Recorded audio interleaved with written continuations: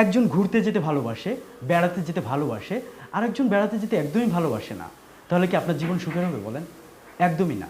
এই সংসারের খুঁটিনাটি বিষয়গুলো একটা সময় দুজনকে বিষিয়ে তুলতে পারে।